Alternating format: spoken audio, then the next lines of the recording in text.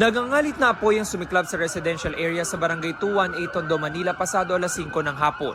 Batay sa inisyal na imbestigasyon, nagsimula ang sunog sa isang bahay sa Antipolo Street. May sakit pa kaming dalawang mag-asawa. Tapos, yung bahay namin, nasunog pa. Tapos yung konti kong kabuhayan na tindahan, nawala pa. Saan kami pupunta ngayon? Pasado alas 7 na ideklarang under control ng sunog. Wala namang napaulat na damay sa Meralco substation na malapit lang sa nasunog na residential area. Iniimbestigahan ang sanhi ng sunog. Kagabi sumiklab din ang sunog sa Tandansora, Quezon City.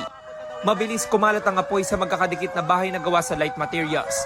Nakarinig kami ng sigawan, then binuksan ko yung bintana, malaki na yung apoy. Nasa tapat na po ng bahay namin talaga, kaya bumaba na po talaga ako. Kaming lahat bumaba na. 5 ang sugatan, kabilang ang isang lalaki na nakagat ng aso sa binti.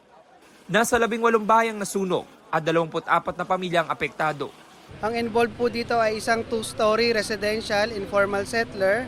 Ang origin of fire po natin ay ground floor sa bedroom ng nasabing bahay. Sa Quezon City rin, commercial building naman ang nasunog sa kanto ng EDSA at Aurora Boulevard pasado alas 6 ng umaga.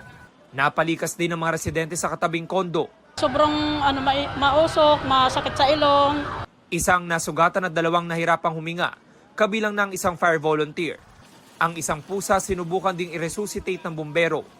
Mahigit 17 milyong piso ang halaga ng pinsala sa sunog na inaalam pa ang sanhi. Windmill naman ang nasunog sa Burgos, Ilocos Norte. Tanaw hanggang kabilang bayan ang nasunog na istruktura. Hindi nagtagal at nawala rin ang apoy. Para sa GMA Integrated News, ako si James Agustin, ang inyong saksi.